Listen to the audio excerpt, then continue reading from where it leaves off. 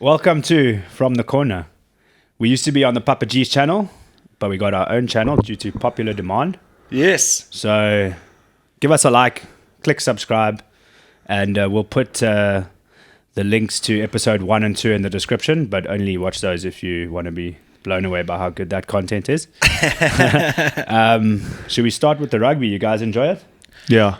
Woo, it was a bit frustrating in the first half, but the second half, it was a barn burner. It felt like a win, eh? It definitely did. Do you have the rankings of the small championship table in front of you? Who's on top of that? What, of we're on top, bro. There you go. Springboks are on top. With one game to go there, it's kind of like a half championship. So, yeah, let's first talk about the game, then we'll preview the Argentina game. Sure. How did they get the Freedom Cup, New Zealand? That's what I don't understand. I don't know how they were handed a trophy. They got a trophy afterwards called the Freedom Cup. Yeah, it was a draw. I think it's like Jacob Zuma's Bravery Award. But it was a draw, so it means anything. I don't know, it just didn't make sense to me. Yeah. For real? Jeez. Yeah, they were parading around with some trophy afterwards called the Freedom Cup, but it's probably for playing, 10,000 Surely it should be matches. the winner or the team with the most points because we're on top. So I don't No, there's one game left. So that championship we can win if we beat Argentina. Yeah, but why would they win it? Because we scored a try, they scored a try. Yeah, and it was a draw. And we had exactly the same amount of I don't know. and penalties. It was just why strange. would they earn a cup? We should look into that for the next one. I'll research it a bit. Humor ourselves. Like I say, I think it's like Zuma's Bravery Award that he won in 2015. Okay. Doesn't mean much to anyone that thinks doesn't about mean it. anything to me. But there was a bit of controversy in that game. I think it was three things. Firstly was old Bowden Barrett's try. They really thought that he... but they thought that he stood on the touchline. His foot touched the chalk. Yeah. I did, and they didn't really say much about it. At half time we were waiting, they didn't say anything. Yeah, but I've seen a picture. He was in infielder play, so... Was it fine? Yeah. Okay. Then obviously another call with him was, you'll see, I think when they got the penalty, he put the ball down to actually get ready to place it or to take his kick. And when the ref wasn't looking, he kicked the ball about 3 meters in front of him. What? I saw that as well, yeah. No, I didn't see that. What the hell was I watching? You do that in soccer, so... Yeah. No. It's a trick from footy, but... From back in the day. Yeah. School rugby, club rugby, I remember the flaws. What was the third controversial point? The knock-on before the try. That's it, yeah. And there was a line-out before as well. Our try? Their try. Was it a try? Oh, it ended up being 3 points to New Zealand. Yeah. Where there was a clear knock-on. Clear. Yeah. Clear as day. It was... Oh, yes. Sam Whitelock, I think he actually tried to hide it. He was at the breakdown there. But he was also the receiver of the catch that literally was a throw that wasn't straight. But listen, we're not going to complain about the All Blacks. It was an awesome game. We're lucky we got a draw. Also, we are sitting in a position where if we beat Argentina with a bonus point, we win the championship. Yeah, and that's very possible. Yeah. And there's another thing. They're a good side, but it is very possible. The try right at the end, if you look at the position where Andre Pollard was told to take his kick from, it was completely closer to the touchline. But he still got it. Yes, and he slotted it. Yeah. Perfectly. Yeah. But we won. Yes. Yeah, I mean, this is good stuff. We won. I mean, we drew. We drew. It felt like we won. If you play New Zealand in New Zealand and you don't lose, you win. Yeah, for sure. It feels like a win. And also it puts us at the top. So yeah, and another funny statistic was that I think in the last 6 games or whatever, there's been 3 draws. Yeah. And Gabani Bobo actually called it that the game was going to be a draw. Well, we were pretty close. Did someone call a draw? No. Gabani Bobo did. Okay, so what were I thought you were talking about us. Oh, no. No, so let's go back to our predictions from last week. I'm the big loser here.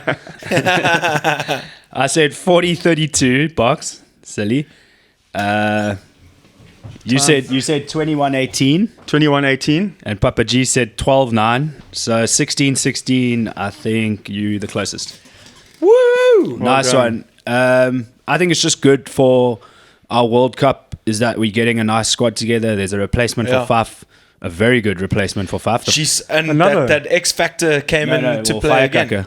Everything he touches turns to gold. Janchis. Yeah, Firecracker is gold. Bro. But I was thinking about it today, how amazing it is in that setting, in this full stadium, in the dying minutes of the game, to have the composure to chase a chip, fumble it into your head with the All Black on your tail. And like almost wrapping his hands around you. Yes. And then... And still have the hands to recollect it. Exactly. Yeah. It was unbelievable. I love that guy. I mean, a month ago, I knew who he was, just literally by name. 2 weeks ago... He was our Stormer, man. But you know what I mean? I didn't know who he was like 2 months ago. Yeah. Even though I probably should have then, but... But Aaron Smith commented, he was like...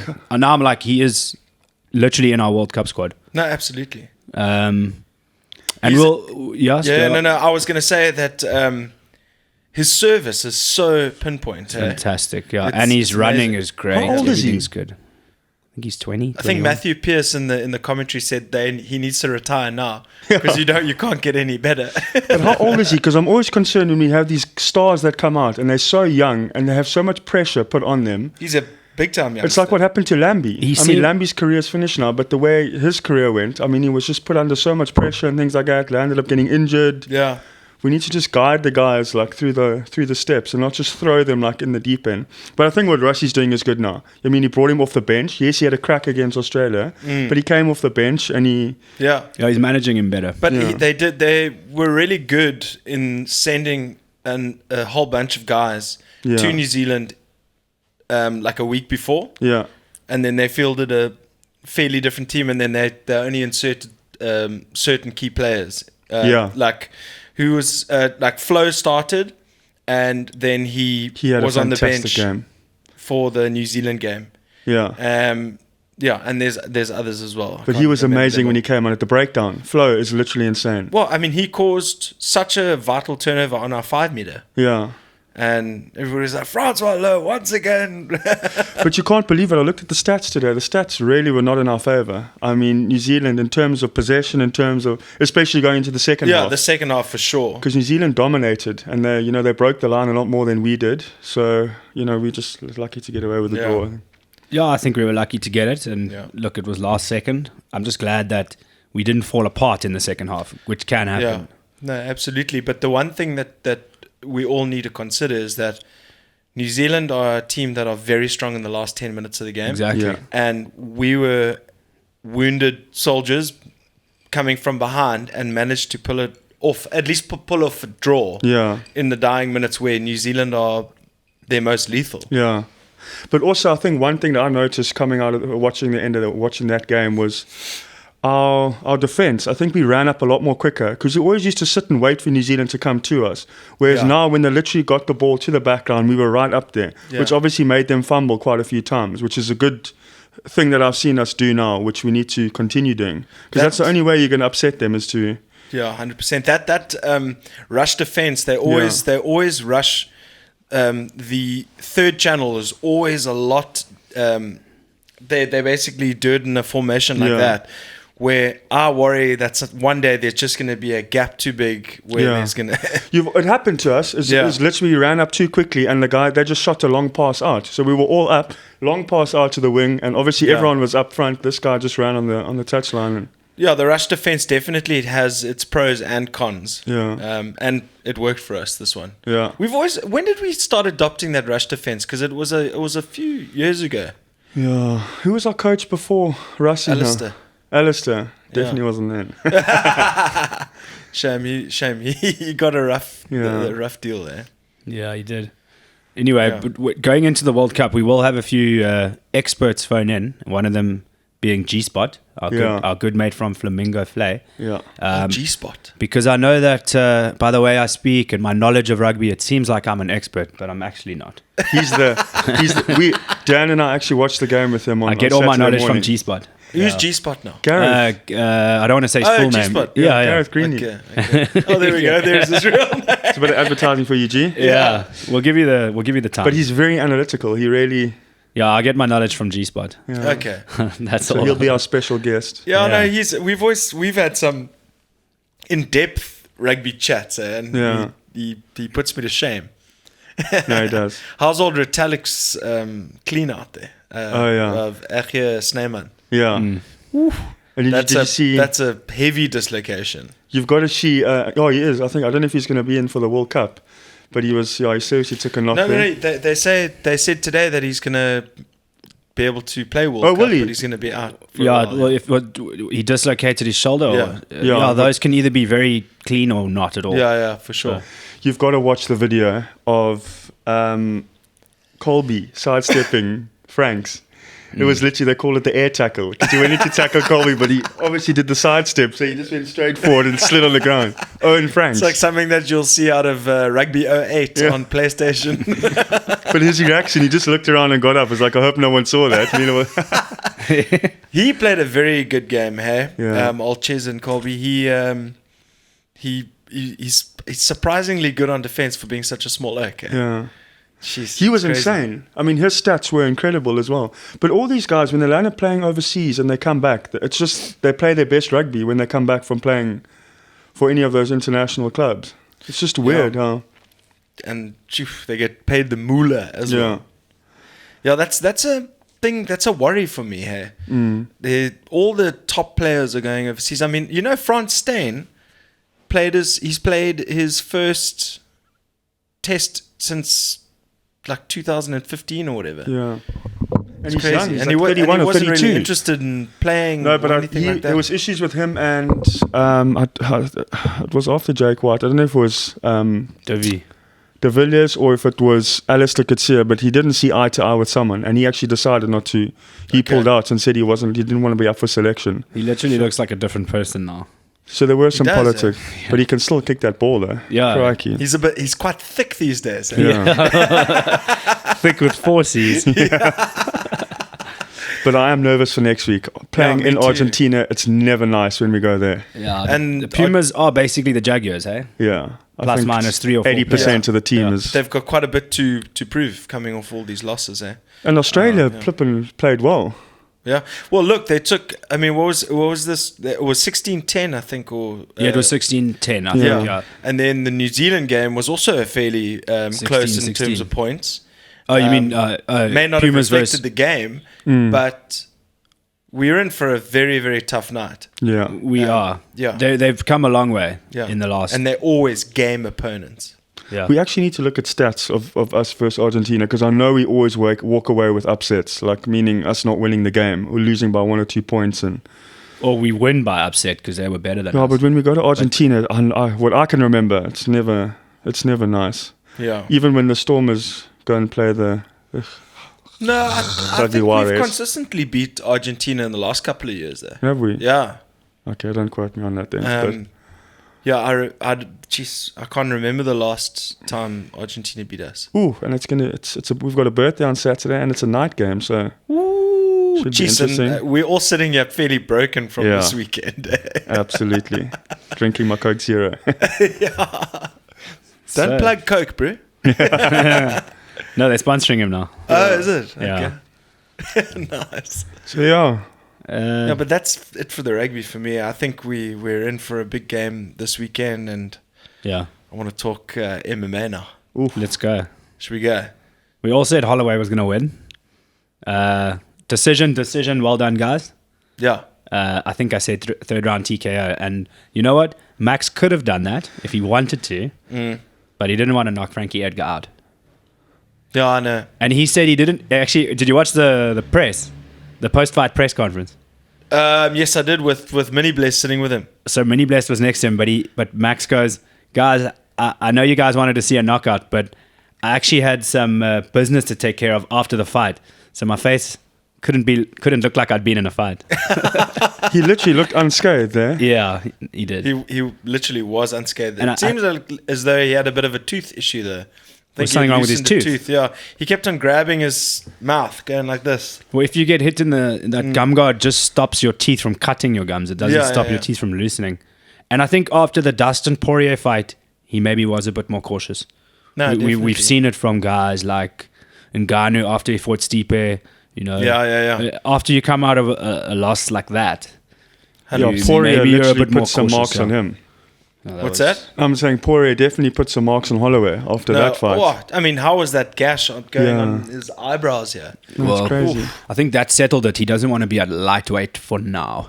Well, he seems to have been making weight at 145 easily now. He is. And the reason I brought it up last time is because Dana mentioned he wanted him at 155, and there was a time when he was meant to face. It was Khabib, bro. It was It was, 155. Yeah. it was Khabib, but then he was meant to face when he Ortega, was slurring. and he was slurring. Yeah. And I don't think... Was that Bisping- Ortega? Yes, Yes, the it was, first yeah, Ortega yeah. fight, yeah.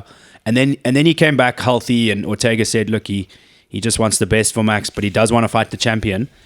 And he was fine then, but when he was slurring, I thought that was something to do with the weight cut. I know these guys are cutting in pounds, but we're trying to in kilograms. They're cutting about 6 or 7 kilograms. Yeah.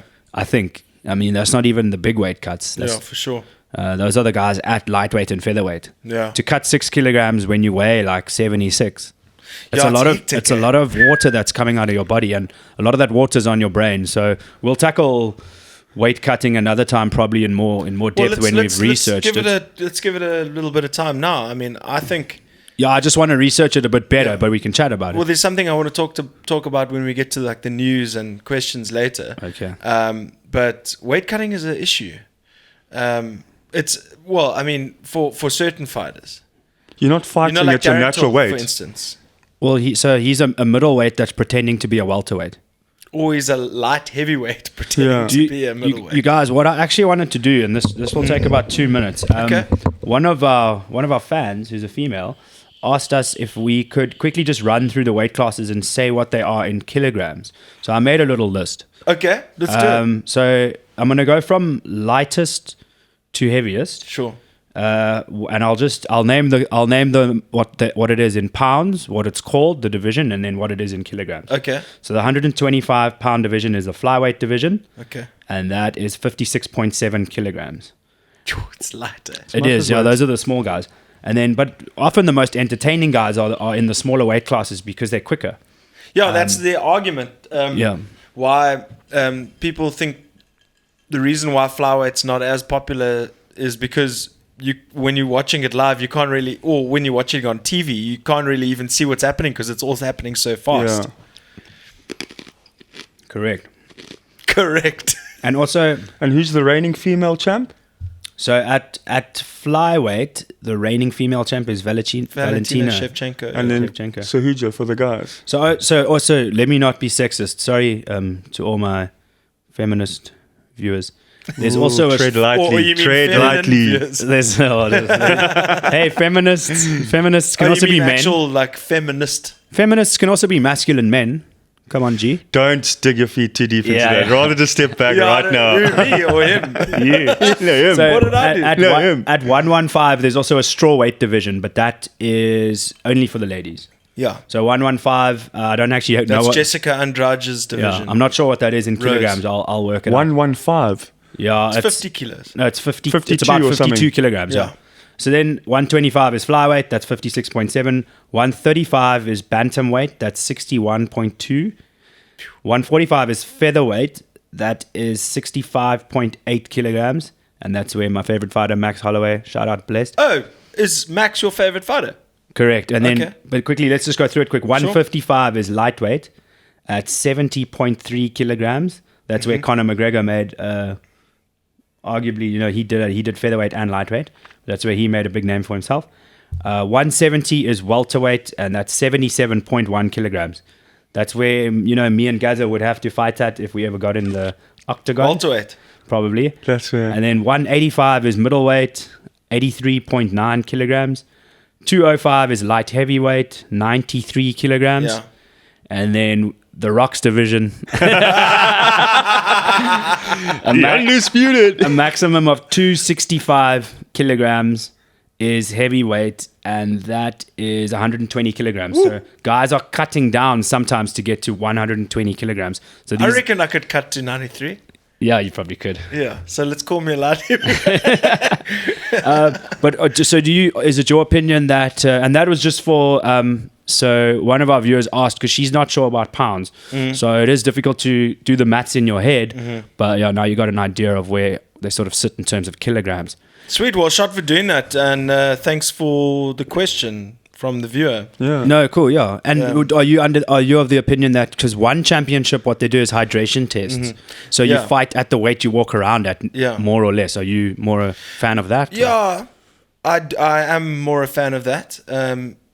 You could maybe say that the UFC fighters that have gone over to one championship in their first bout, Demetrius Johnson, Eddie Alvarez. So Demetrius Johnson, is probably one of the greatest of all time fighters, just by the amount of championship defenses he had. If not considered the greatest. Some consider him the greatest, and he was a flyweight in the UFC, and at one championship he is a bantamweight. Yeah, and he won his first fight. He defended his title, 13 times or something? Yeah, ridiculous. It's a record. 11 times. No, it's 13. Shorter than GSP. No, it's longer than GSP. Is it longer than GSP? Longer than GSP. Okay. Speak of the devil, they're both fighting this Friday. Not GSP. No, Demetrius Johnson and Eddie Alvarez. Yeah. Oh, they're both fighting. Yeah. But what my point was is that they were given very tough tasks in their first outing. Yeah. Demetrius but the guys have got experience, though. Eddie got finished, and Sage Northcutt got starched. Yeah. But I don't want to talk about Sage. I've never been a huge fan of him. No, sure, but I'm just saying. I'd love to know what his record was with UFC. Who? Northcutt. It was like 3-3. It wasn't great, but it wasn't too bad. I mean, he got cut because he was too young. I mean, he was still grooming. They pushed him very quickly because he's tall, good looking. He was marketable, and they pushed him too. And he fought a Muay Thai champion that literally Cosmo Alexander. But going back to that weight cutting, there's obviously got to be a gap. So if you're walking around at 85, surely you should be able to comfortably cut 5 kgs, and then that should be the weight class that you go into. So are you talking about walking around at 85 kilograms? So say on a normal day, you're not training, you're not in camp, whatever, you walk around at 85. You should only then cut 5 kgs, and take 5 kgs of what your walk around weight is, and that should be your weight class, I would say. Because, I mean, what is the weight that some of these guys are cutting? Ridiculous numbers, like anything close to 10 kgs or more. I think Darren Till walks around at about 195, and he's cutting down to 170. Well, let's cut this. I'm not sure, but what I'll do is I'll research it a bit more. Yeah. And then I'm not a doctor, so I'm not going to be able to tell how much water loss on your brain affects your ability to take a hit. Affects your. They are quicker when they're lighter. Yeah. That's true. But I mean, I just think. I've seen videos of Ronda Rousey and that fainting, and Misha Tate as well. I've seen those horrifying videos of Cyborg cutting weight. Yeah. Huh? But on weight cutting, did you see Volkanovski flew 37 hours to Canada because he was on standby just in case someone didn't make weight. But you should have seen how he looked just looking at weight cutting. He fights at featherweight, eh? Yeah. So did he have to weigh 145 in case? Yo, he weighed in and everything just as a standby in case something happened with one of the... Oh, with the title fight? Yeah. Did you see the ESPN interview with Errol Helwani and Brett Okamoto? No, I haven't. Afterwards? No, he was so gaunt. That's why... Another reason why I was saying I don't think this weight cutting thing is really good for you is he looked so gaunt. I mean, that oak used to weigh more than 230 pounds. Who are we talking about? Volkanovski? Yeah, he did look when good. He was playing rugby in Australia. He played hooker. And now he's a featherweight. Yeah. Now he's a featherweight. But he looked ill. That's what I'm saying. It just didn't look... terrible. But my last point that I wanted to make on this... Guys in lighter weight classes going up, especially what it seems like, especially from lightweight to welterweight and welterweight up to middleweight, they look good because they're quicker. The welterweights are quicker than the middleweights. Look at Robert Whittaker; he's the champion. He was a welterweight. His last loss was to Thompson at welterweight, and he's just been smashing oaks at 85. Yeah. So remember guys like Johnny Hendricks and remember it's not but what I'm saying is it's not a death sentence to go up and fight at your natural weight. Yeah, 100%. And then you don't have to have a weight cut. Then you got more of a gas tank as well. Yeah. You have more of a gas tank, but also you don't dread fighting. I think Darren Till likes fighting, but he hates cutting weight. Yeah. So if Darren Till went up to 85, he would have a better chin. He could work on his skills a bit because there's a couple of holes in his game, Yeah. whatever. I mean, he's a striker. He doesn't have to work on his ground game, but he's got time now where he can work on his ground game and he can work on his defense. And then he can fight at 85 and maybe make a name for himself there. He's still young. Well, look at a guy like Frankie Edgar. And the balance between having a size advantage over a Speed advantage, or arguably. whatever, or a gas tank advantage, or whatever advantage, because when you cut so much weight, then you're going to lose your gas tank. Your chin's going to be in question. All that kind of stuff. So with striking, I think the striking defense is a bit of a disadvantage because you don't have as much of a chin. Yeah. But the grappling, I think, is advantageous if the bigger guy usually gets the grappling exchanges. No, 100%. So guys like Anthony Pettis going from 155 to 170 just knocked out one of the greatest strikers in the UFC because he was quicker. Stephen Thompson. Yeah. I see James Vick is going up. Well, that's another example. He got starched by Justin Gaethje. Then he got beaten quite Handedly. by Paul Felder. Yeah. And then he got absolutely Hooker, nailed by Dan Hooker. That's a 6'3" But the Paul Felder fight was at welterweight, if I'm not mistaken. It was at lightweight. Is it? Yeah. Okay, so But they Paul all Felder's of them a were, lightweight, so yeah. all of those were at lightweight. Okay, so now he's a welterweight. Yeah, Because that's he's also struggles with cuts. He's going to That's be why another like Chiesa. He's going to go up. He's going to feel better. He's still That's going to exactly have the length because he's 6'3". he's massive, yeah. You know? So are you guys a fan of this 165 division? No. Dos Anjos, guys like Pettis, Masvidal. Well, let's talk about it like this. This is what I would prefer: is you go 125, 135, 145, 155, 165, 175, 185, That 205. Yeah, no, I'm not asking for a 195. So you keep middleweight to light heavyweight, but there would be a welterweight and a super welterweight division. Yeah, so I'm down with it. 165 For and sure. 175. For sure. I don't think it's going to deplete No, either division. I think what they're going to do is it's actually going to allow for a lot more to take place. and there's another championship. Yeah, I'm a fan of it. Did you see what's his name? Masvidal was being a troll and saying that he was going to be fighting for the 165 title, And he wants to fight Conor. McGregor, Yeah. obviously. But also then you'd have a 175 division where guys like Robert Whittaker could maybe, because he's a small 185 guy. Exactly. And Tyron Woodley, Gastelum. and Tyron Woodley would still be the champ. Yeah. And he would defend at 175. I mean, I'm not a huge fan, but I don't hate it. And Conor would come back if he did it. So. Yeah, but I understand why, like Dana White is not that keen on it. He likes the status quo. Yeah. Yeah, everything's working. Why? Yeah. It's not broken. Don't try to fix it. You know what I think he's worried about? Because it's so close to the star division, the lightweight division, I think he's worried that it's going to deplete the division. Yeah, but you see, most men are in that weight range from 145 to 170. So because you have a high concentration of the percentage of males, break it up more. No. So there would be enough talent, so you don't have to worry about it. I mean, that's the argument for it. Yeah. Is it ever going to happen though? No, I mean, I don't know. It might happen in Bellator first and be a huge success. Then the UFC follows. I don't think they like that though. I think the UFC likes to lead the way. Listen, I think Dana makes a lot of business sense. So if he hasn't done it yet, it's for a specific reason, and it could probably be a McGregor comeback. You never know what those guys are up to. I think the only way it happens is if Dana sees a business opportunity and makes a shit ton of money doing it. Yeah. Well, put it this way: it adds another championship belt. It does, and Nate Diaz is that around about that weight. But think about this: it also costs the UFC more money having an extra champion. But they can make money from it as well, so it can be. You can turn it into a profit. Yeah, for sure. But these are all things to consider. This is what they consider. And remember, there's a site that I watch a lot of my trivia on MMA where. You're talking about From the Corner again. Yeah. No, but Okay. before we started From the Corner, Okay. where Dana White's quotes don't age very well. No, they don't. He said no woman would be in MMA or in the UFC. I don't think he's talking shit when he says it, and then he realizes business opportunities that manifest himself, Yeah. and then he's not lying when he says it, but it turns out to be a lie. Yeah. I think there's a lot of people that He's an don't interesting actually get fella. along well with him.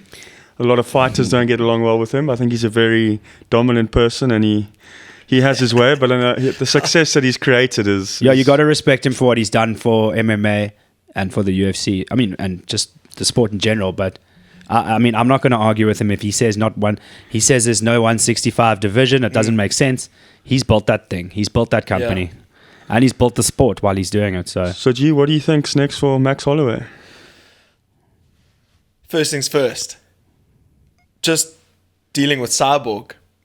Did you see the T-shirt she was wearing at all her press conferencing? I didn't see it. Cyborg Nunes 220. coming January. She January. even put a date on it, coming January 2020. And She's put a the date UFC down. made her remove it before the press conference. So she made it to ESPN interviews and stuff, and then all of a sudden she walks out with a different T-shirt on. And she's like, yeah, UFC made me change my shirt. I like the way Cyborg says she doesn't get along with Dana, and we all know why. Yeah. She used to be a champion. They took her zero off her paycheck. Well, he also said that she looks like Vanderlei Silva in a skirt. Oh, that is rough. At I'm least not- G said that and not me. So I do. He said it, I didn't say it. I do apologize to all our feminist viewers. Yeah. Um, Chris Cyborg's like part of the family now. She's just trained out of a Joburg camp. We can't be talking that smack about Yeah, her. she- I didn't say it. He said it. she's a South African now. Yeah. Come on. I know. I've She's got natu- nothing against her. I'm a She's huge gonna fan. be. Did you see her? She's going to be a naturalized citizen in 5 But she years. obviously had to take it subject off. quickly. Did No. you see her cut? Yeah. She obviously Yeah. had to take it off though. Just getting back to that is because I think it's her last fight on her contract. So it's obviously all up in the air now as well. No. So I think what Dana said in the conference is One special fight. Nunes. Yeah, she's going to get a one fight contract if she wins. She's the champ. But Nunes wants that fight.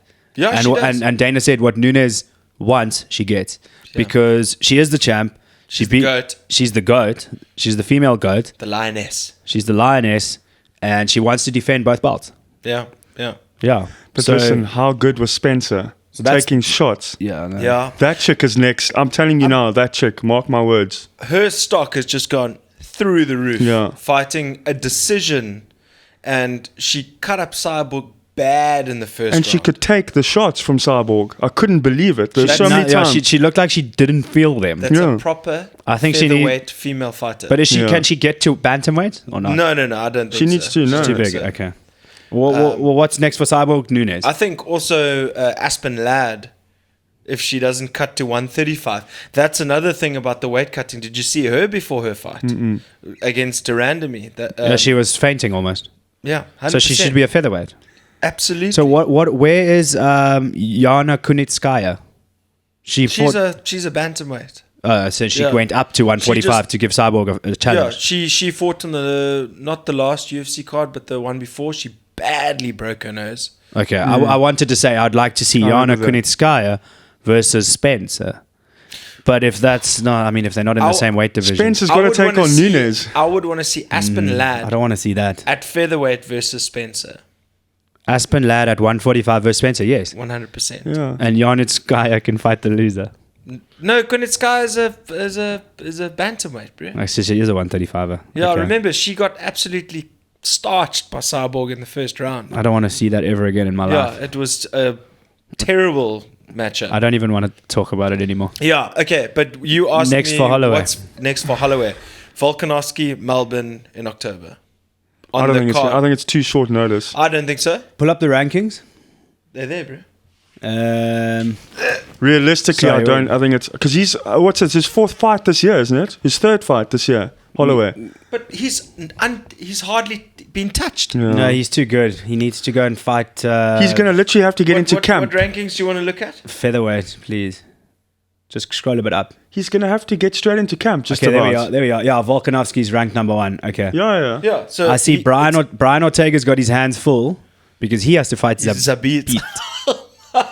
That I will watch all day. That's gonna be crazy. Now man. you've got a proper Gracie black belt jiu-jitsu. Yeah. I think he's a first degree black belt versus a grappler from Hull who's number 5, Zabit. Yeah. And apparently he's not just a striker. I mean, I know he's got He's good. He's And got he's like 6 foot something. He's got massive. taekwondo, karate. He's got all sorts of fancy striking, but he's also a great grappler. And he's going to fight Ortega, and I think that fight goes to the ground. So where's Ortega? He's number 2. He's Now- only losses against the champ. So you 'Cause can't you can't really put him down until he's fought Volkanovski. No, he's hungry now. I'll follow him on Instagram. He's seriously hungry to get back in So there. then Yeah. who's Yair Rodriguez gonna fight? I say give him Korean Zombie. But Korean Zombie's hands... Oh, sorry. They're fighting Stevens. Ortega's fighting Korean Zombie. My bad. Rodriguez is There's a- fighting Stevens now. Sorry, let me correct myself. Zabit is free, and number 6, Korean Zombie, is fighting Brian Ortega. Okay. Because the Zabit fight fell away. So, yes, apologies for that. 7 and 8 are fighting. So then Zabit needs to fight Aldo. I would watch that. So would I. I would watch that. Aldo's still a beast. I know. He'll. One thing that I think Aldo might be able to do very well against Zabit is chop down his lead leg. Yes, that long, skinny leg. Yeah. But Zabit can then just grapple him.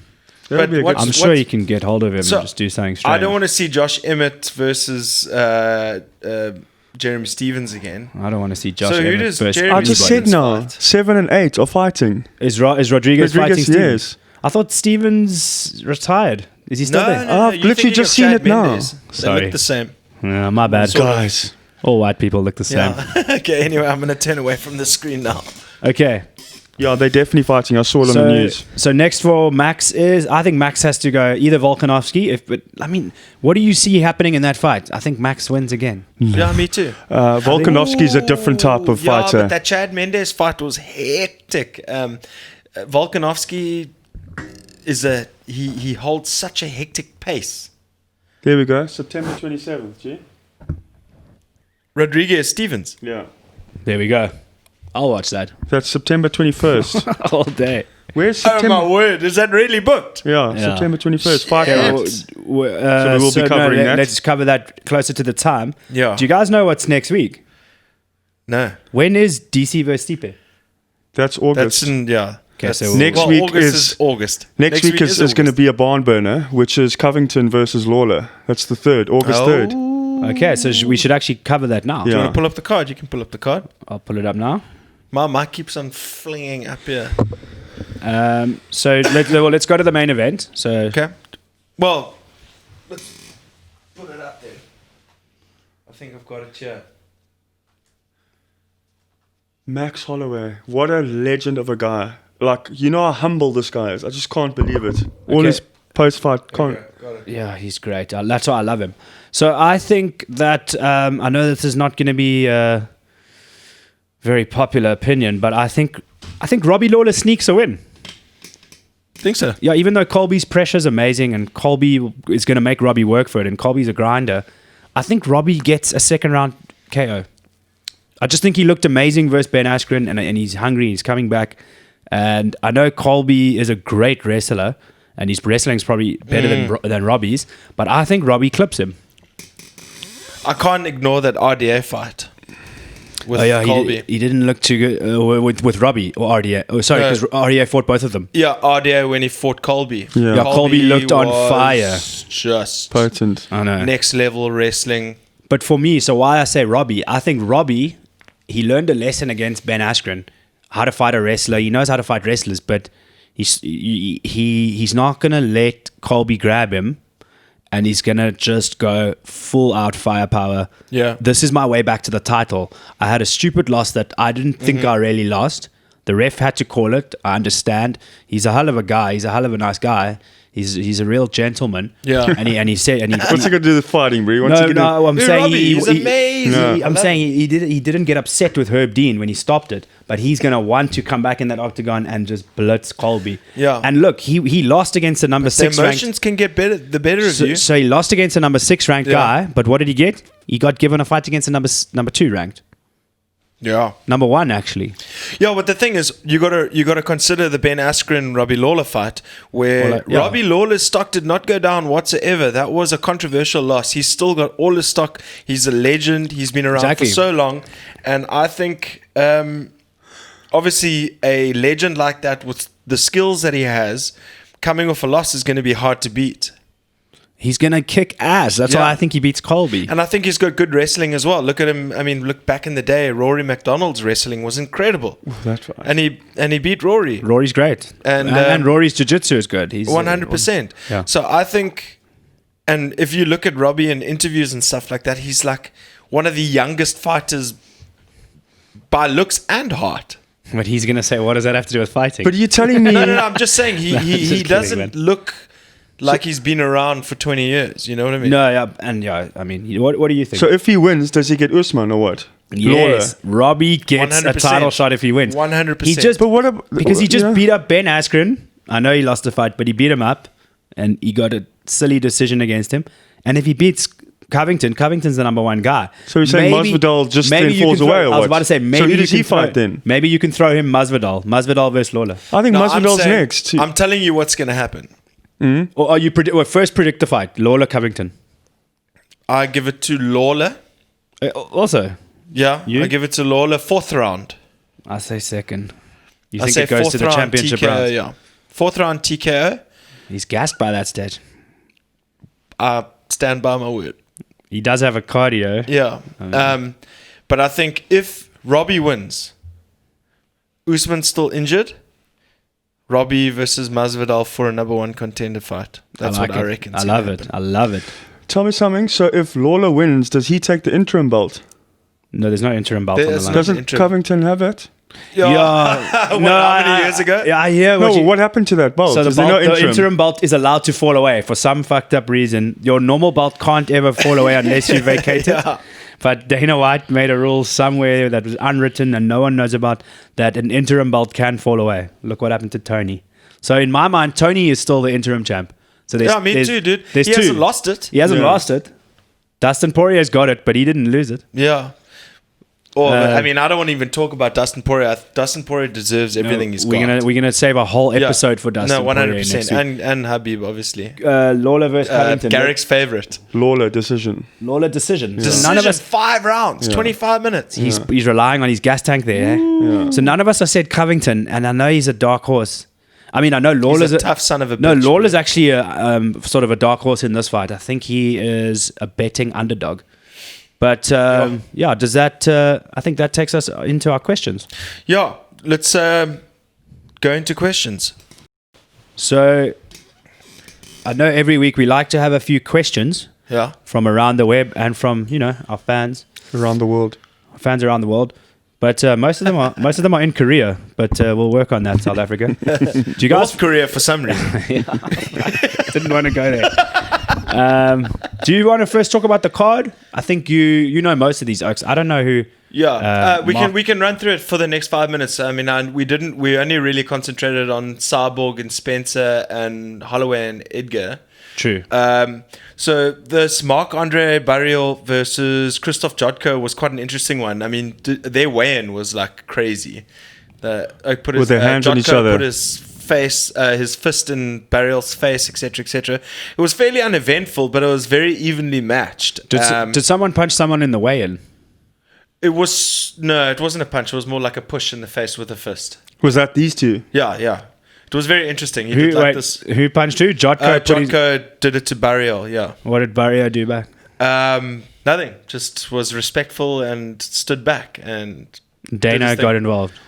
Yeah, Dana actually, when they were walking down, Dana was like, "I'm really sorry about that" to the guy because he's gotta get in there in between them. But it was I'm very interested to see what's gonna come of both of these fighters because Jodko specifically was throwing a lot of like spinning weird moves and Marc-Andre spinning with the kicks or with the punches, like back fist, back elbows. He had an interesting style for me, and he's like a taekwondo guy or what? I don't know. Hey? I think it's almost like freestyle. Wow, I don't know. I'll look at some of his fights. Yeah, I'm guilty of only watching the champions. Yeah, sure. But I like guys. I like Zabit.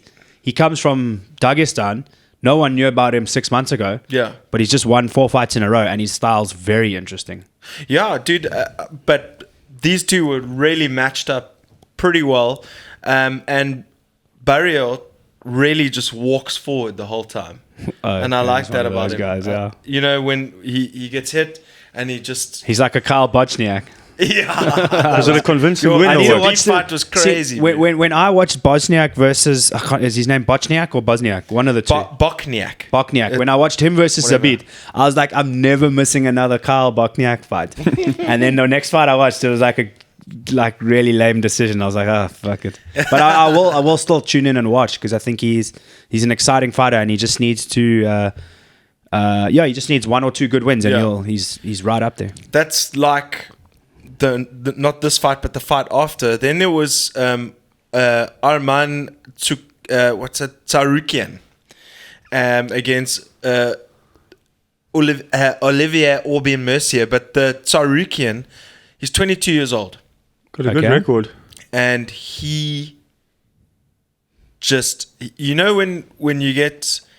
boxers who go into MMA, or if you get Muay Thai guys and they go into MMA, and then you get kids who go straight into MMA, and they train mixed martial arts from the beginning. That's what this kid is, and he is unbelievable. I mean, that Aubin Mercier, I think he's actually on a 2-fight skid, but he's always very entertaining to watch, and he's built like a brick shithouse. Yeah. But this Tsarukian really he stayed composed. He picked his shots. He went for the takedowns at the right point. He really murdered the ground and pound. This is a guy to watch for sure. Good stuff. I'll check it out. And then it goes to Jeff Neal versus Nico Price. Nico Price is literally my favorite fighter in the UFC right now. Really? He is unbelievable. He lost the fight against Jeff Neal, but just his charisma and his... What do you got? A second round TKO, and Nico Price is now 13-3. Have you watched the fight? I didn't see it. Why do you like Jeff Neal? I watched it. Well, what is he? Not Jeff Neal. I'm talking about Nico Price, the guy who lost. Yeah. Why do you like Nico Price so much? He just fights like a beast. Let me check it out. They literally knocked each other out almost. Yeah. They literally threw a punch. It was a headbutt. Yeah, headbutt. Yeah. Have you ever seen a double KO? Yes. Yeah. Who did it? It was one of those Cage Warriors. Yeah. Fights, okay, it wasn't you guys playing Daniel Cormier versus Stipe on the UFC game. Yeah. Okay. You know you get wrecked in that game, bro. But Jeff Neal. I don't know, eh? The last time we banged, I beat you. For real? Yeah, when we grapple, you kill me. But we were standing and banging. Okay. I think. We're gonna have to do a rematch. We're gonna have to. But Jeff Neal, 4 fights in the UFC, 4 wins. Yeah. His stock obviously goes up. He said he wants a top 15 guy. Okay. So I'm looking forward to seeing him again. He's a very humble, gracious, and well, I mean, I've never seen him defeated. So he's very humble when he was that fight of the night? I'm not sure. I don't. Do you know the performance bonuses? No, I didn't. Yeah, there were 3, but Dana said it in the press conference, but it wasn't any. None in the main card. No, it didn't stand out. It wasn't. I mean, jeez, that's not good, for pay-per-view. Yeah, I mean, he doesn't care anymore because he's on ESPN now. The first fight was a boring decision. Okay, it wasn't boring. It was captivating for your hardcore fans. Very boring for your casual fan. Yeah. Okay. And then your second fight was the lightweight fight. That was a good fight to watch. Also a decision though. So as a pay-per-view casual fan, maybe not that interesting. And then Nico Price stole the show for me. Yeah, he was a good. And just did you see him between the first and second round? He was going, come on, man, and he was so keen. Anyway, so look out for. It was a good knockout, though. I must admit. Yeah. No, you reckon definitely. Jeff Neal got lucky? No. He literally ground and pound. Is he that good? Okay. I think Nico Price has all the tools and the tricks that he needs to be an amazing fighter. He's just he's crazy. I'll watch some of his fights. That's such a South African name, Nico Price. I definitely think that does sound like it's like a golfer, bro. Yeah. Nick Price. And then there's Cyborg Holloway. So we've covered that. There we go. 6 minutes. So do you think, lastly on Cyborg, do you think she's ready to fight Nunes again? Because I wasn't overly impressed with her. I think her cardio was a little bit suspect. and she was throwing those wild shots like what Cody Garbrandt does. Yeah. And that's when she gets connected. Yeah. Because I saw Spencer connected her quite a few times because she lets loose and she gets overly aggressive and then she gets connected. It's the same with Edgar, I think. Yeah. Also just gets overly eager and tries to attack too much and then gets connected. Yeah. So on agree. on Cyborg, she's actually a 55er. She shouldn't be cutting to featherweight. No. And there is no featherweight. She- yeah, there she is no struggles lightweight with- women's division, so she has to cut to featherweight to fight. And she's a former champion, but I think as you get a bit older, your bones get heavier, your muscles get heavier, you just are a bit bigger. It's harder to lose fat, and she's at that stage. The one thing That's why she doesn't have a gas tank or a chin, so she's getting hit. The one technique that Cyborg got clipped with constantly was that step and elbow. Yeah.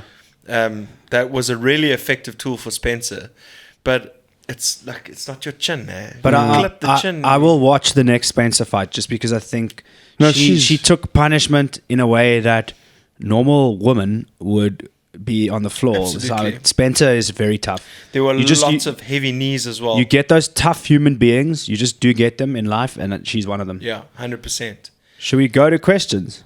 Let's do questions, yeah. So last week we asked, who would you like to see from normal sports in MMA, and who would they fight? And I said Eben Etzebeth to fight Demetrius Johnson. No, I said Rafael Nadal versus Masvidal. okay, the Spanish Inquisition. So this week, who would you take from MMA and put them into another sport, and why? So if you guys want a chance to think, I'll go first. I would take Francis Ngannou and put him in the Springbok team against the Pumas next As a week. number 8. Yes. Let him just fetch the shit out of the ball. Probably there. cuck slow there. He is, but I just want to see him actually in the front line. Just let him run. He's obviously run around the block a few times to cut from 266 to 265. You got any favorite fighters you'd put? I'd also maybe put. I'd probably put. I'm going off the bat here, but like maybe Rose Namajunas in table tennis. That is so random. That She is looks like your average table tennis player. Such an awkward chick. I'd put Brian Ortega on figure skates just to see what he's got. Well, you guys got anyone? That's just a silly question. I mean, It would be funny. We'll put Greg Hardy in American football. No, just kidding. That was. I'd put lame Henry one. terrible. Cejudo scrum half for the Springboks. Cejudo as a scrum half. Yeah. He looks like he's got the build for it. With blonde hair though, like Faf de Klerk. I'm trying to think of one more. Maybe the Lioness in like a women's rugby game. She'd be able to hold her own. I would say Stephen Thompson as a fast bowler in cricket. Yes. I was actually, just put Greg Hardy as a spin bowler and let the batter just murder the ball back at him. Sorry, Greg Hardy. I know you watch these. Favorite media personality. So this can be, so guys, so when you answer this question, Ariel Helwani is the GOAT, but it can be anyone like an analyst, a reporter, or a podcaster, or whatever. Okay. So who's your guys? I'll go last. Okay, you go. Bisbing. Michael Wow, Bisping that's such a good one, dude. Believe You That's Me. such a I good know one. where Gareth's I going to know go. he likes Luis Gomez more though. I know where you're going. Where? Brendan Schwab. No, actually Yeah, not. he likes Brendan's pink sneakers. I like Sharp. I like his No ways. shoe test. Yeah. But I would say Chelsea Sonnen. Oh, the American hectic. Gangster. Yeah. Okay. I never would have guessed that. So mine is actually who does Rudy Landman from It's Carte Blanche. Luke Thomas. who does In the Corner? Dan Hardy, eh? I mean, no, man. Full reptile. No, wait. Who does In the Corner? It's From the corner. From the corner. no. Sorry. My bad. Just giving myself some press there. Who does In the Octagon? Yes, Dan Hardy. Yeah, it's Dan Hardy. Yeah. I love Dan Hardy. His analysis is brilliant. He's Like- full reptile as well. That's his brand. Okay. Full reptile. And obviously, shout out to Megan Olivier. She's great at what she does as well.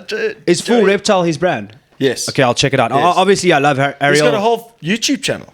I'll check it out, dude. Just behind I the watched scenes. I watched every In the Octagon. It's called In the Octagon, right? It's it is not called In the Octagon. It's called You literally said Rudy Landman before we started here from Carte Blanche, and now you're just going to pull Dan Hardy my out. bad. I don't know what Always it's called. exposing. It's I can't called In remember what the it's called. Octagon. Yeah, something like that. I love Dan Hardy's analysis. He's great. His I mean, partner is also bloody good as well. Luke- Marc, Goddard. Someone Goddard. no, that's the referee. No, that's a referee. Yeah, it's but Mark he's- Godfrey or something. Yeah, Yeah, something like that. No, yeah. but I like Dan Hardy's analysis. I know Luke Thomas does a very good post-fight analysis of the foot movement and the striking. Monday and morning analyst. He actually does jiu-jitsu as well, so he knows the positions for grappling. He's a unit. I also like Joe Rogan. I mean, I enjoy his podcast. Rogan always, and he's been doing it forever. He's the GOAT when it comes to announcing. Yeah. No, that's true. That's true. Besides for the GOAT announcer. But Ariel Helwani's whole vibe on a Monday is very cool. Do you I enjoy know it. the GOAT announcer has his own podcast as well? Who old Bruce Buffer? Bruce Buffer's got his own podcast as well. It's called It's Time, isn't it? Yeah. There was a good interview with him on YouTube, Bruce Buffer, I just watched explaining that, yeah. his. And you know how his brother, Michael Buffer, Michael Buffer. is the boxing announcer, Yeah. but they only met when he Like was 24. Like 23 or Yeah, something. I It's saw that as well. crazy. Yeah.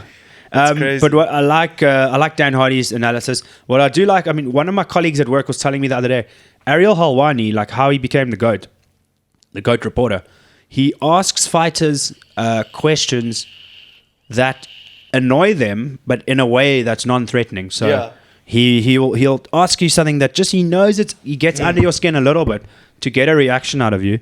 But you're not going to punch him in the face. He's the GOAT, bro. Yeah, He is the I GOAT. love it. He I is the love GOAT, him yeah. to bits, and I like his personality. I mean, leading up to UFC 240, his interview with Mini Blessed and Blessed was just the best. It was. I love Blessed that. is best, and it was the best interview. And then they said, "Who's the best dancer?" And Mini Blessed is the better dancer. yeah. So the last question. Sorry, mate. Oh, have you got another question? Cool. Oh no. So those were fun questions, but now, so fight of 2018 in the UFC was, I mean, to the listeners, we do watch Bellator and one sometimes, but most of the MMA stuff is going to be the UFC. Yeah. Because it's just the top division.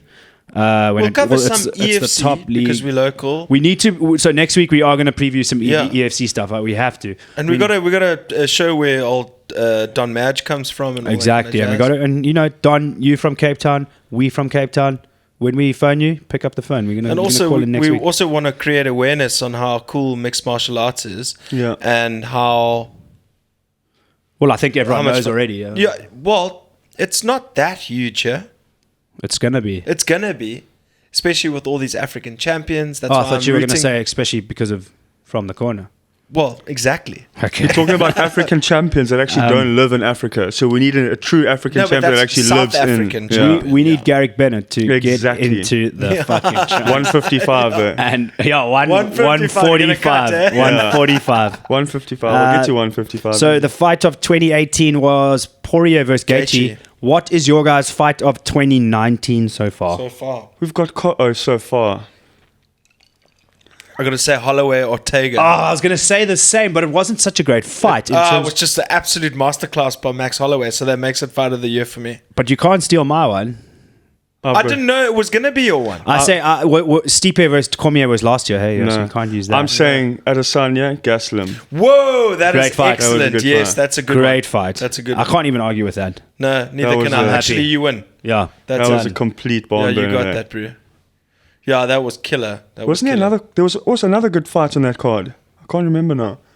There was so- two insane fights on there. Anyway. Dude, who was the other fight? It was Jones Oh yes. Santos, which was also Wasn't on that card though. broken. Yeah, it was. No, it wasn't. No. For me, I mean, No, it wasn't, it wasn't, it the wasn't, top sorry. three is Jones Santos. I think Gastelum Adesanya was number one, but maybe number three you can sneak in.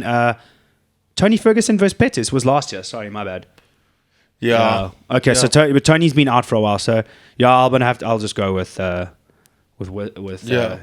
When Robert Whittaker comes back, we'll see. Bobby Knuckles. Well, how about this? You can give Pettis versus Ferguson round of the year. Oh yes, Yeah. That, Definitely. and they'll take Without a doubt. easy. Yeah. So what do we got to look forward to quickly? So we've got South Africa versus Argentina Yep.